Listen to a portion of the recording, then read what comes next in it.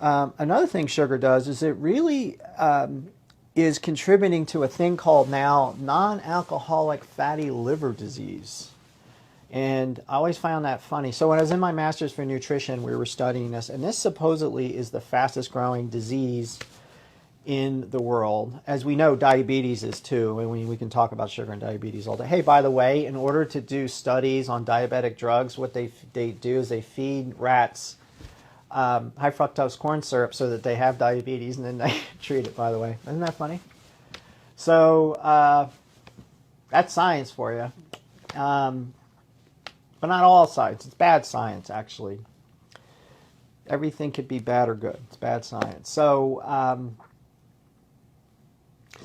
that can cause those things. And so then that higher order of the brain's affected by it. But the fatty liver disease is an interesting thing. It's interesting that they say it's non-alcoholic. So why would you think they would say non-alcoholic fatty liver disease? Because the only time they ever saw a fatty liver is because there was alcoholism. And alcohol drinking is another form of sugar problem, because alcohol a lot of times affects our blood sugar, and it just does. Even though we think of the alcohol as an intoxicant, but it's also really simple sugars that aren't being balanced with anything else. So a lot of times people may be struggling with that particular thing because of a blood sugar issue. If that could stabilize, that might help people out. I mean, what's wrong if people just started eating better? I wonder how many things we could fix.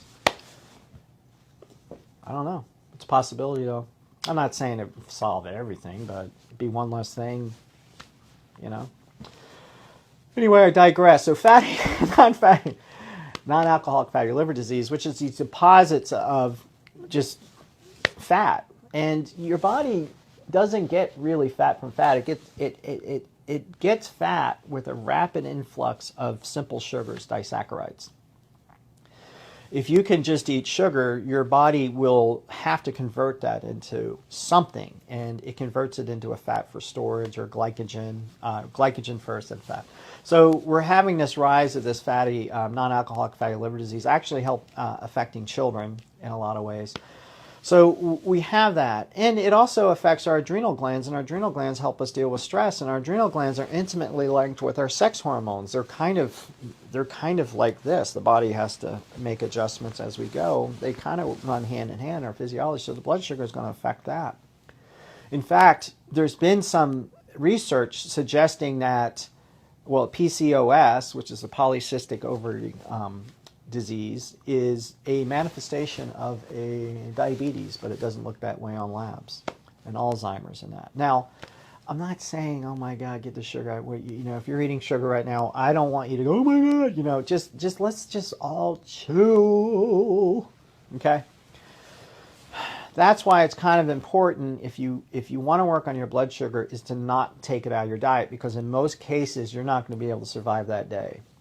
And it has nothing to do with your willpower or you're weak or anything. It's just that you have figured out a way to get through the day, and we're all very busy today. I don't see many people not having some challenge in addition to work. Okay, so let's give grace where grace is due. Just saying. And so with the sugar, it's just good to get that protein in. That's why I think that helps kind of stabilize that blood sugar and makes it easier, so that you could get to a point where you're giving your body stuff where it's not doing this all day because of sugar, but it may need that protein and those things from those vegetables to help it stabilize it, because it's under stress, and that can cause a problem, which brings me to the summation of what I'm saying. And the summation is this: is our blood sugar problem that I see, if I had to say what it is, from my perspective, from my patient, from my absolute bias, is you're running a race and you think, when I turn that corner, the race is done. If I turn that corner, the race is done. And I'm telling you, I'm running next to you and go, you're 2 miles into a 26-mile run. You got to finish this race, but don't think it's going to, you need to get your mindset, you still got to run a little bit. So that's it. The other part is we don't realize how much sugar we're eating until we take it out of our diet. And the other part is it's really hard to think that, hey, everyone else is eating this way. It's not that big. Sugar's been around forever. It really, really, really hasn't. We didn't start processing sugar until the late 1800s, and that's when we made sugar cheap because it was very expensive to have sugar. It was very, very expensive. So we have it at the drop of a hat. So I'm not saying that this is the evil of all things, but it does make us unhealthy. It's just trying to understand the fact that you're eating more sugar than probably 100 lifetimes of a hunter and gatherer.